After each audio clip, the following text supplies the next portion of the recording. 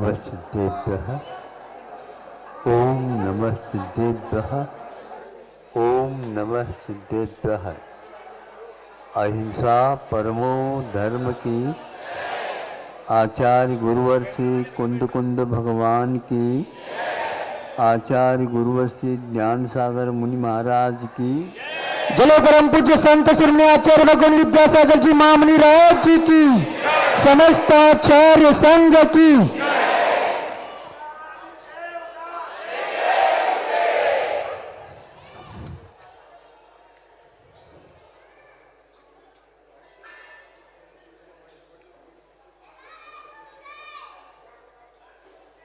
दो प्राणी हैं,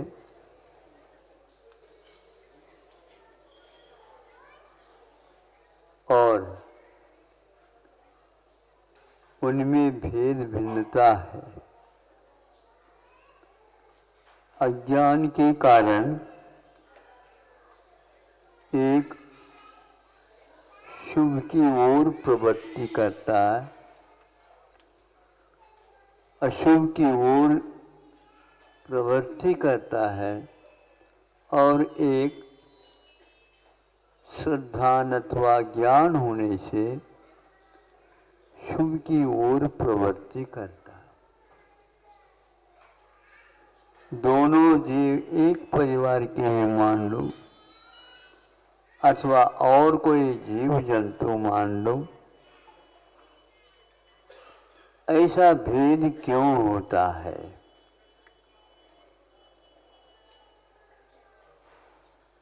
अज्ञान एक ऐसा अंधकार है, उसमें हम चल नहीं सकते। अंधकार होते हुए भी यदि कोई रास्ता जानता है तो वो उस अंधेरे में भी वह चला जाता है, चला जा सकता है। एक भ्रमर है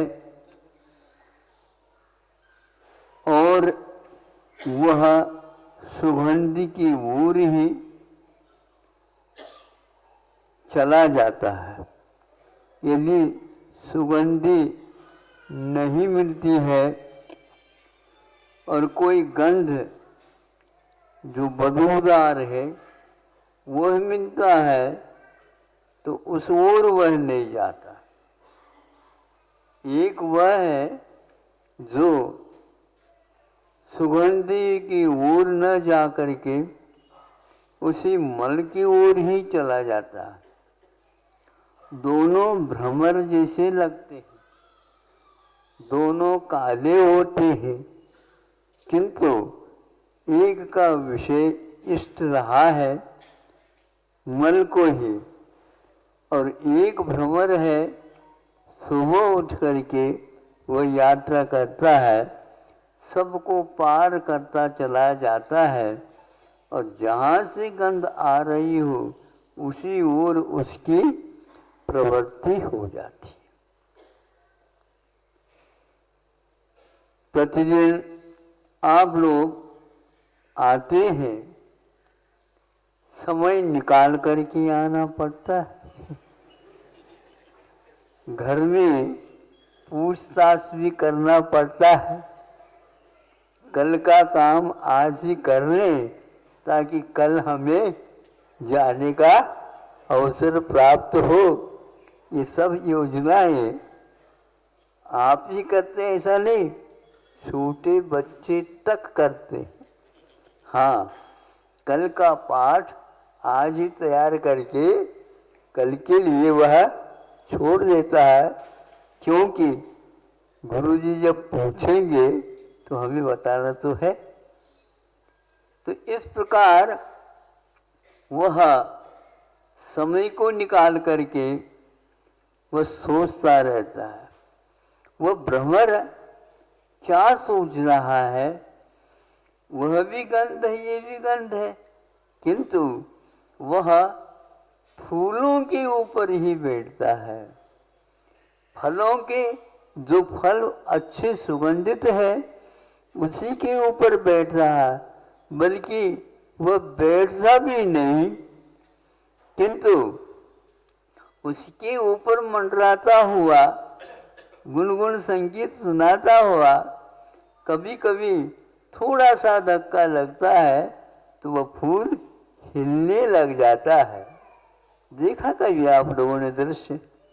बहुत सारे नाटक तो देखते हो आप लोग। इस प्रकार के विषय को यदि हम विषय बनाते हैं, है तो वह चौरेंद्रीय, भ्रमर भी चौरेंद्रीय है और वह भी चौरेंद्रीय है, किंतु एक की वृत्ति इस प्रकार सुगंधि की ओर चला जाता।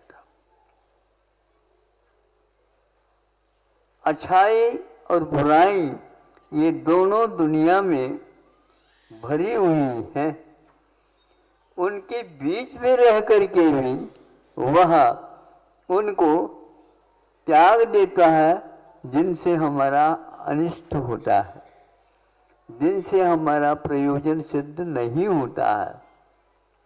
तो भ्रमर में और उसको क्या बोलते हैं, मल को ले जा, गुरमिला, गुरमिला, ऐसा आप लोगों के महाराष्ट्र में के उसका नाम क्या है पता नहीं? गुंगा, मूंगा, मूंगा, हाँ ठीक ठीक ठीक, गूंगा, हाँ। चलते तो ऐसे ही, लेकिन वह बार बार उस गोली को वह छूट जाता है तो पुनः उसको पकड़ लेता है, पुनः ले जाता है। गोबर की 3 इंद्रिय चौरेंद्रिय होते हैं, पंख भी होते हैं इनको। तो इनको प्रशिक्षण कहाँ से मिला है, ये हमें सोचना है। कई लोग शिक्षा की बात करते हैं, सुन रहे हो आप लोग? सुन रहे हैं? कैसे सुन रहे हैं? कानों से, एक कान से सुन करके एक कान से छोड़ दे। एक कान में आवाज आती है, दूसरे कान में भी आ जाती, उसको केवल सुनना नहीं किंतु उसको अपने जीवन में उतारना है। तो मैं ये सोचता हूँ इन दोनों उन कीड़ों में ये शिक्षण कहाँ से मिला है। पूर्व जीवन में जो किए थे उन कर्मों के कारण यह पर्याय मिली है, किंतु पूर्व में कुछ अच्छा भी किया होगा जो विकास हो रहा उसका। आप लोग विकास नहीं, विकसित हो करके यहाँ पर आए हो मनुष्य पर्याय में। आपने क्या किया? अरे उन्होंने क्या किया, उन्होंने दुकान भी नहीं खोली, वो ने भी नहीं किया, उन्होंने खेती बाड़ी भी नहीं की, उन्होंने वो भी नहीं किया, आदि आदि दूसरे के लिए जो आप पूछते हो, यही मात्र जीवन के लक्ष्य नहीं हुआ करते। कल नहीं परसों बताया था चक्रवर्ती कभी दुकान नहीं खोलता, लेकिन जो दुकान खोलते हैं वैश्य वो कैसे खोले हैं इसको भी देखता रहता है, अथवा व्यक्तियों को लगा देता है ये कैसे कर रहे हैं देख लो, नहीं तो लूट कर लें तो गड़बड़ हो जाएगा। प्रजा का हित जो है लूट खसोट के साथ नहीं हो सकता, इस प्रकार वह उसको देखता रहता है। इस फिर भी उनके लिए मौलिक वस्तुओं का लाभ चढ़ावा के रूप में आ जाता है। हे राजन, ये आपके लिए है, मैं इसका पात्र नहीं हूँ, इसलिए ये आपके लिए ही अर्पित है। वह उसको हाथ से छूता तक नहीं है और वह इशारा करता है अथवा पहले से ही रहते हैं तैयार, वो उसको राजकोष में भर देते हैं। और राजकोष कितना है क्या है ये पूछता है, ये काम करना है, जो दिए गए थे गृहस्थों के माध्यम से, वही सारी सारी चीज और उसमें डाल करके वह प्रजा के हित में कार्य करता है।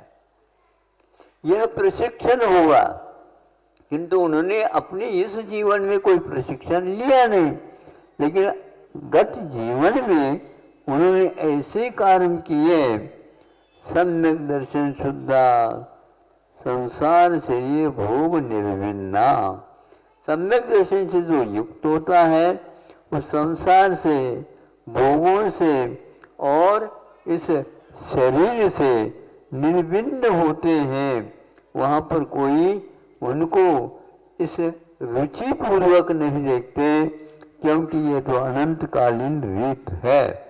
अनंत काल से हम ये करते ही आ रहे हैं, इसलिए छोटे छोटे कीड़े भी रहते हैं, उनमें भी विकास हो रहा होता है। और विकास करते हुए अथवा एक साथ आपने सुना होगा चक्रवर्ती के पुत्र कितने थे? 923 थे, किंतु वह निगोद से आए थे। अब वो लोग, एक तो निगोद से कहाँ से प्रशिक्षण लिया था उसने? भावों के माध्यम से ये सब होता है। वो भाव क्या है? बहुत आरंभ और बहुत परिग्रह, ये नरक के लिए कारण होता है। तो उन्होंने बहुत आरंभ बहुत परिग्रह की इच्छा न करते हुए संतोष धारण किया होगा, और निगोद में कैसा संतोष?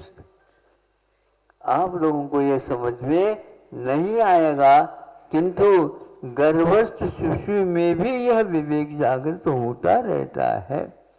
विवेक से, ये समझने से या शास्त्रों के अध्ययन करने से, गुरुओं से सुनने से ये सब कुछ याद होता है।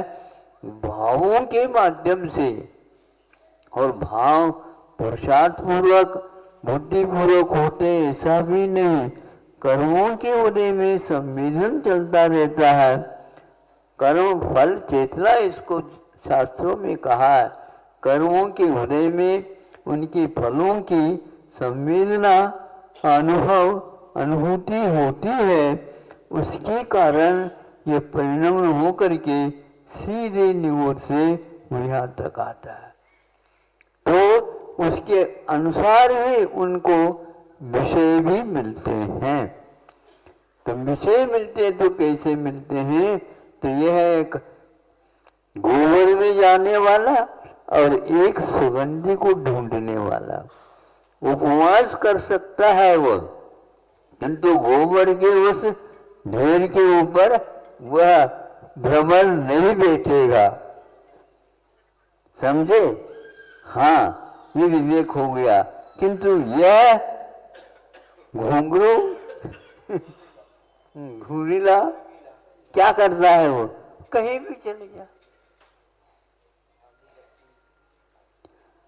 इसलिए छोटी उम्र में भी कुछ लोगों को ऐसा भाव जागृत होता है, वह 80 साल को भी नहीं हो पाता। अब 80 साल वाला सोचेगा महाराज जी हमारी आलोचना कर आलोचना नहीं कर रहे हैं, क्योंकि वह 8 साल का रहे फिर भी वह इस वो आता है। और आप यदि मान लो 80 साल के भी हो गए, 10 गुना ज्यादा है, फिर भी वह विवेक का नेत्र नहीं खुला। आप लोगों को चाहिए इन आंखों से तो पंचेंद्रिय विषयों का ही ग्रहण होता है, किंतु भीतरी आंख खुलती है तब वह 80 साल में भी खुल सकती है, नीचे भी खुल सकती है और नहीं भी खुल सकती। भगवान हमारी वह आंख खुले।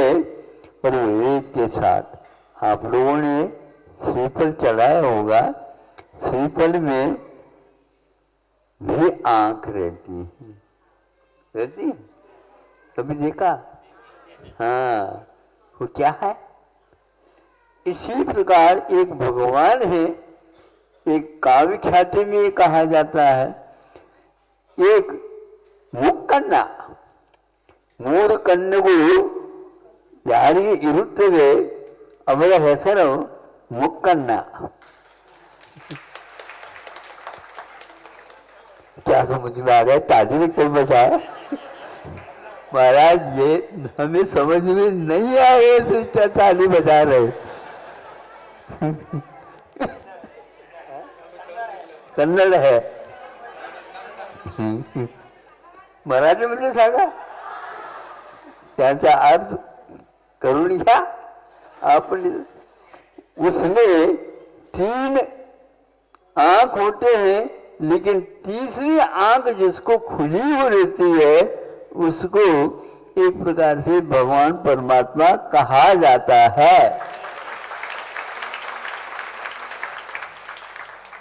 तो आपको 2 आंख थे भाई, अब तीसरे आंख के ऊपर भी चश्मा लगाना चाहिए। यदि नहीं दिख रहा है तो नंबर देख लो। बाजार में कहीं जाओगे तो दुकान में वो नंबर नहीं मिलेंगे, लेकिन यहाँ पर अवश्य नंबर मिलेंगे। तो तीसरी आंख खुल जाए, इसलिए आप बाहरी आंखों की शल्य चिकित्सा के बारे में सोचते रहते हो, कभी अपनी भीतरी आंख की शल्य चिकित्सा कब होगी भगवान?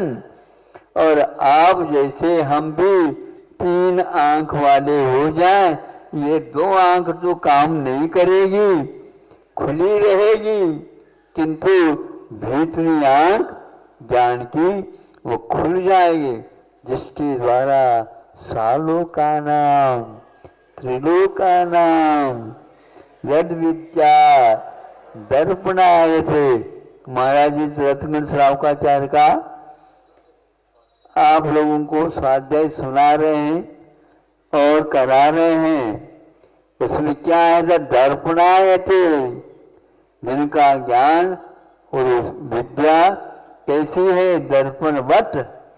दर्पण में जो सामने वस्तु रखी जाती है वो सब झलक जाती है, किंतु दर्पण को न खुशी होती है और न ही विषाद द्वेष होता है। ये जो हमारे साफ सुथरा मैं हूँ और इसमें ये झलक रहे, नहीं, उसका कोई प्रभाव उनको नहीं पड़ता है। न हर्ष होता है, न विषाद होता है, न राग होता है, न द्वेष होता है। ये राजा आ जाओ, किसी के प्रति आकर्षण नहीं है, तुम यहाँ से चले जाओ, कोई भी मतलब नहीं। कैसा जीवन होगा उनका? रात दिन, और न भोजन होता है, न और कोई चीज की आवश्यकता पड़ती है। स्वस्थ रहते हैं, निश्चिंत रहते हैं, रात और दिन उनका कोई भी मूल्य नहीं रहता है। ऐसा वह विवेक ज्ञान है। सबको इस प्रकार की आंख मिले, ऐसी भावना आप करते हो तो भी उसके द्वारा अपना कल्याण कर रहे होते हो। दूसरे को भी आंख मिले, भगवान दूसरे की आंख फूट जाए, नहीं समझे, और हमारी आंख अच्छी काम करे और उसको हाथ पकड़ के ले जा, चलो चलो हम चला लेते। अरे भाव ये रखो इसकी आंख अच्छी हो जाए, और अपनी अच्छी हो तो दूसरे की हो जाए, भाव ना करे। हमारी नहीं भी हो रही है भगवान, तो भी सबको आंखें मिले। ऐसे भावों को करने से अपना भी विकास होता है और अपने विकसित जीवन को देख करके दूसरे को भी विकसित होने का सौभाग्य प्राप्त होता है। इस भावों के साथ ये सोचो कि हमारा अभी कितना शेष रहा है। शेष विशेष भी हो सकता है, किंतु पुरुषार्थ जागरण होना चाहिए। ये सुनने से, शब्दों के अर्थों की ओर उपयोग जाने से निश्चित रूप से आपका विकास अवश्य हो सकता है।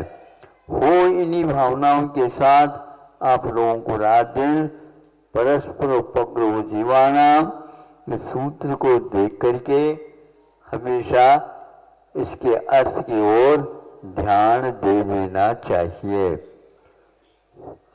अहिंसा परमो धर्म की जय।